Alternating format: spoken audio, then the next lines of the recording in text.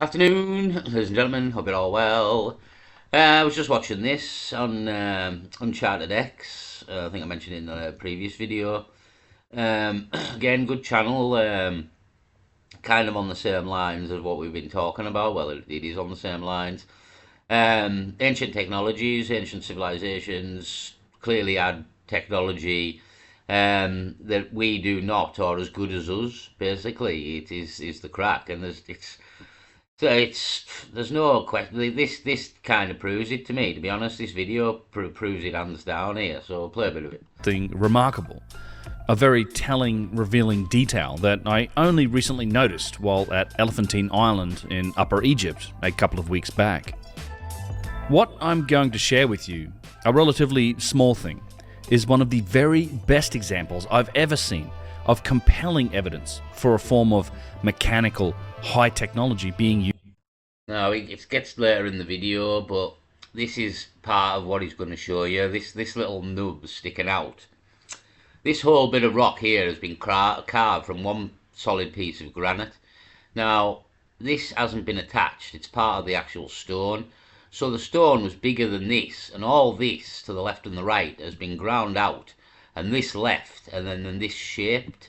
And you can actually see, as he'll go into the video later, you can see the tool marks on it before it's been smoothed out. It's been smoothed out at the top, but not at the bottom here, where you can literally see the tool marks. And this rock was bigger than this to start with. So all this bit to the left and the right's been carved off.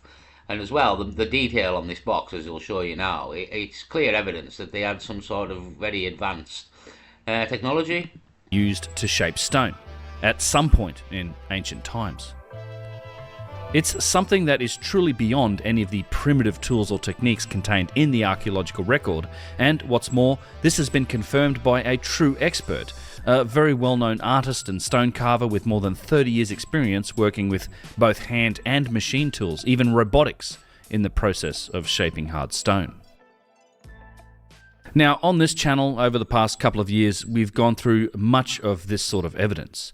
Machining marks, precision, advanced objects, and other aspects of stonework that cumulatively, I think, present a compelling case for advanced technology existing and being utilised deep in our history, likely in times far older than those which we currently attribute to human civilization, which is to say, only the last 6,000 years or so. These aspects of stonework represent but one vector of the overall case for a re-evaluation of the deepest origins of human civilization. More evidence for this case comes from other vectors, much of it scientific advances from recent decades. Things like the peer-reviewed discovery of the Younger Dryas comet impact, confirming the seemingly endless tales of cataclysm, flood and fire in culture. Yeah, so again, every culture has this story of a cataclysm, a flood of some form. So it's kind of, this is the way of things to me. There was advanced race, they got wiped out, we've started again, and the evidence is everywhere, even for the actual cataclysm that wiped them out. Cultural origin stories, or the genetic complexity and bottlenecks of human history, the lengthening of the human timeline, or even the remarkable discovery of civilization that existed thousands of years before the orthodox dating for it, with the excavations that happen at Göbekli Tepe and Karahan Tepe in Turkey. Now, while I've touched on many of these other vectors and topics in a few videos, it's probably fair to say that I've focused primarily on the engineering and technological evidence shown in ancient stonework, particularly that of Egypt. Over the last few years, I've produced a number of deep dives into individual sites or aspects of stonework, things like the tubular drills, the quarry scoops.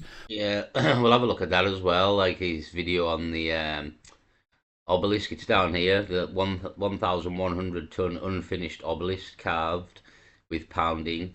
So I'll have a look at that. There's some good videos from this guy again, and he goes to he's gone to the sites, and great channel, to be honest. 39,000 subscribers, Uncharted X, as I said. I won't play all of the video. It's 30 minutes long, this video, and it gets real interesting. Right in the middle here, when it's showing you an actual finished box in situ in a temple. So I won't play it all. Again, the video, this video. My video will only be half an hour, and his is half an hour, so I'll never get it all in anyway.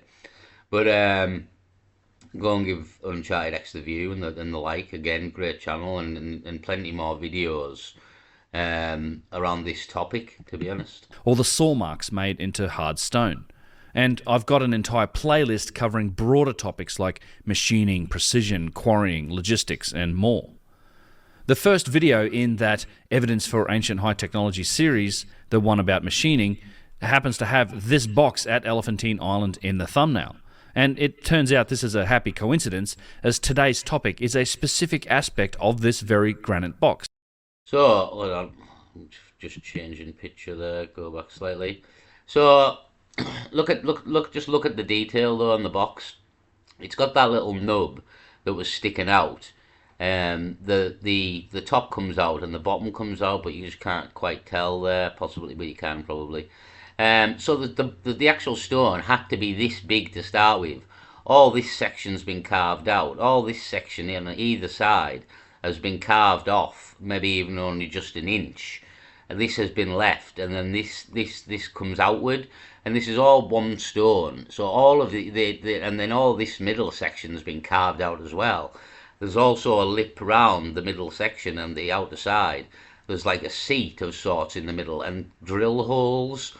And he discusses in a minute the problem with the drill holes as well. But all this is absolute massive evidence for advanced technology, cutting this box alone. In the thumbnail. And it turns out this is a happy coincidence, as today's topic is a specific aspect of this very granite box, and it's one of the very best examples for ancient advanced machining that I've ever seen. Elephantine Island itself is one of several islands located in the Nile River, next to Aswan on its eastern bank in the south of Egypt, also known as Upper Egypt. This area is just north of the Low Dam that is located on the Nile, this dam being built by the British in 1902, at the time the largest masonry dam in the world. Just 6 kilometres further south of that, and again upstream on the Nile, is the Aswan High Dam, which was built in the 1960s, and it's still one of the world's largest embankment dams even today. The construction of this dam flooded a huge area and forced the relocation of several ancient sites like Abu Simbel, and its construction also ceased the annual downstream inundation of the Nile River. This change to the natural cycles of the river has turned out to have some long-term consequences and effects, particularly to the level of the water table. As without the annual 9-month dry season, the water table level in Egypt has been slowly rising, and this is affecting the subterranean aspects of some of these ancient sites, such as Hawara, where the Great Lost Labyrinth of Egypt was rediscovered in recent years, but today it sits below the level of the water table. That could be interesting as well, the Lost Labyrinth. I have not heard of that, but it's below the water table, as you said. So you probably can't go down there now because of these dams that we've put in effect destroyed the ancient history and knowledge possibly of what's gone on. I mean, that's what we kind of do anyway, to be honest. Is that Medusa? Looks a bit like Medusa, like snakes. So yeah, the Lost Labyrinth. I think you've maybe got a video on that. Maybe have a look at it as well. I don't think I've heard of that before. I've got a whole video about the Lost Labyrinth of Egypt. Oh, there you go. Yeah, I've got a video on it. And you should check it out if you haven't seen it. We will. Elephantine Island itself has had a very long history, presumably due to its valuable location on the Nile near the cataracts. According to Graham Hancock, in his book The Sign and the Seal, the Ark of the Covenant was stored here for a time before its... So again, coming all back around in a circle again, in a way. Graham Hancock, mentioned many a time, big proponent of the ancient apocalypse theory, and then even the Ark of the Covenant getting a mention, which we've been talking about as well. So it all links together, in a way. It all links together, and again, it's the saying is, if you want to know the future, you've got to like learn the past. You know what I mean? History repeats itself. And could the cataclysm or whatever caused this cataclysm come again? That's the other side of it. Could it come again? And look at what these people could do and what's left, like the pyramids and these. Something come and destroyed pretty much everything, to be honest. And we dug a lot of this stuff up. I was watching another video about a site, and it showed you a picture of the site when we first found it, and it was buried. We've in fact dug it all up, so everything seems to have been buried as well. Again, it all links into some sort of cataclysm and maybe a tidal wave of sorts. Again, water, a flood, probably. So yeah, it all comes back around, links together. Journey into the south of Africa continued. We also have evidence for occupation and structures on the island going well back into the Old Kingdom of ancient Egypt, and even before that into pre-dynastic times, something like 5,000 years ago. For example, today there are still the remnants of a small Old Kingdom pyramid that can be found here. That is, if you can get over to that area to see it. It's usually off limits. The Satet Temple, which is found on the site, is an excellent example of the many phases of occupation, renovation and reuse that the island has been through. The archaeological work on the site has shown that there have been at least 7 different renovations and evolutions to the temple structure, ranging from around 2800 BCE in the early dynastic times to nearly 3,000 years later when it took the form of the temple of Ptolemy VI and then the 8th in the Greek-Roman period. At the core of the site, however, are the remnants of a huge granite structure, with large blocks still laying around in ruins, and some of these having been reassembled as part of the ongoing archaeological work on the site. I do get the sense that many of these blocks have been reused, carved and renovated during the many thousands of years of occupation that happened here. In places you can find some remarkable pieces, showing elements of precision, like the beautifully flat surface on this block. While it still has a rough finish and it isn't polished, it has been ground to an incredibly flat level, as shown by a light test with a precision straight edge. Without any doubt though, the real masterpiece to be found here is this large granite box, laying on its side in the granite graveyard at the centre of Elephantine Island. For once, this single-piece box isn't defined as a sarcophagus by Egyptologists, but rather described as a shrine or as an altar. Its form is quite different to the other single-piece boxes with their lids, and it has a number of interesting features.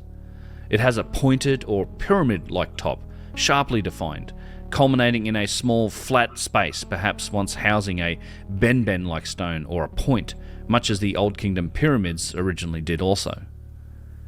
The box isn't completely hollowed out, it has these inset edges, and it also features a large step or platform inside the interior itself. And as you can see, it's formed.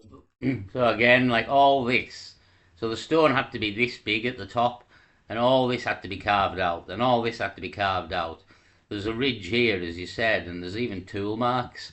And again, there's a problem with trying to do these tool marks, as he explains in a minute. Anybody who's ever tried to drill a hole up against the side of the thing, it's the drill kind of gets in the way.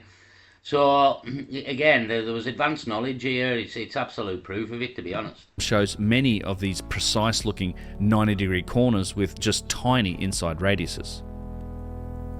At each top and bottom of the inset edge that is around the box, it has large diameter tube drill holes, and I suspect that they are there to provide pivot points for doors or for something like that. Although their function is still really a mystery, their existence and their position in the box tells an interesting tale about technology. Cutting these holes means that whoever built the box overcame some significant challenges. Note that the holes themselves are flush against 2 axes of the inset edge, and anyone who has ever tried to cut holes like this, perhaps into wood, can understand the problem that you're faced with. There is just no room for the mechanism that turns the bit or the cutter. In modern examples, the drill or the tool itself is always much wider and larger than the bit that's doing the cutting. So how could you cut these holes and still have them remain straight? Much as there's no room for a large drill to cut a straight hole here, there is likewise no room for the whole copper tube and bow drill apparatus that is claimed by so many Egyptologists as the method used to cut tube drill holes. Not that any copper tubes of this type have ever been found, but it remains.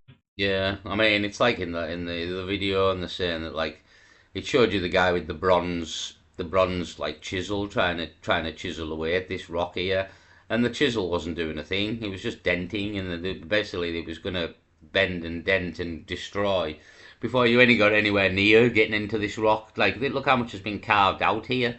You know what I mean? There's clearly something far, far, far more advanced than we're giving these people credit for. It's true that you cannot make these holes in these locations that are flush against the walls with that particular setup.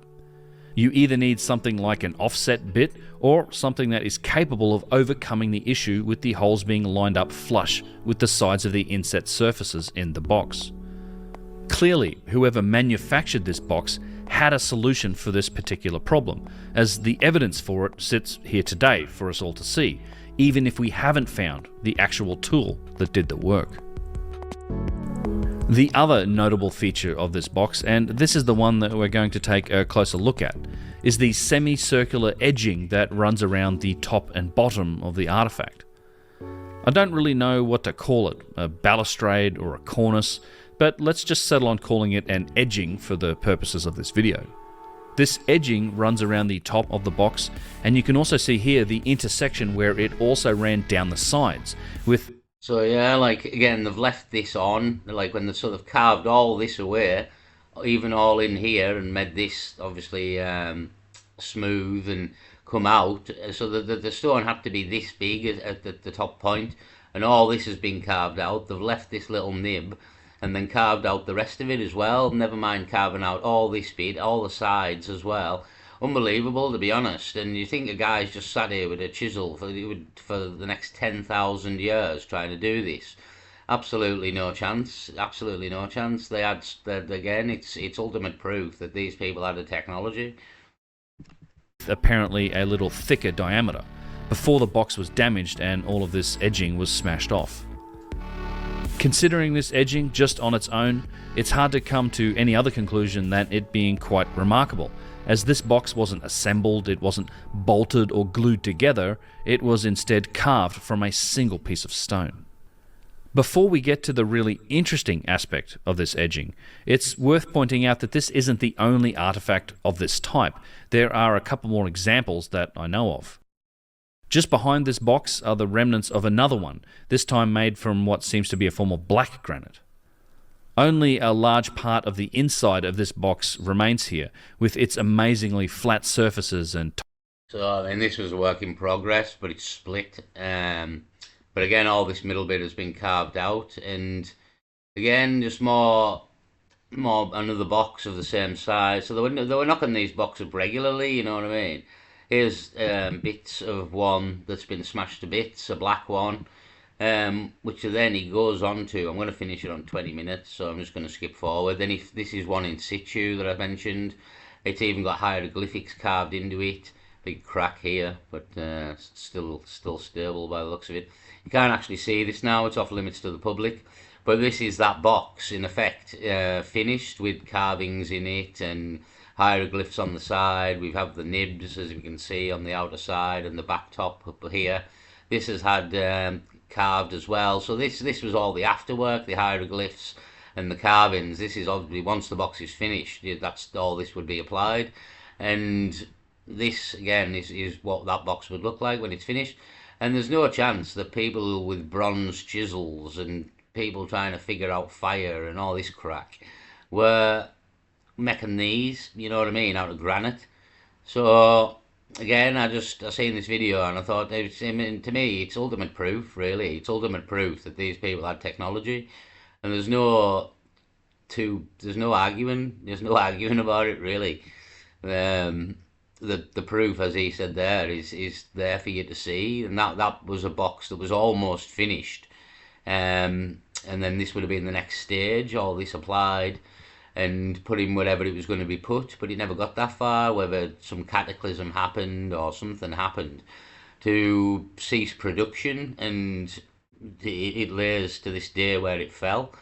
But here's one that was finished, and again, just ultimate proof for me that these people had technology and tools that either we have got today or we haven't still figured out.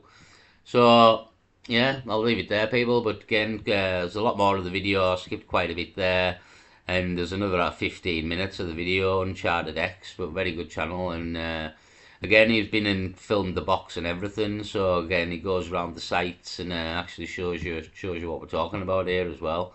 I'll leave it there. Peace.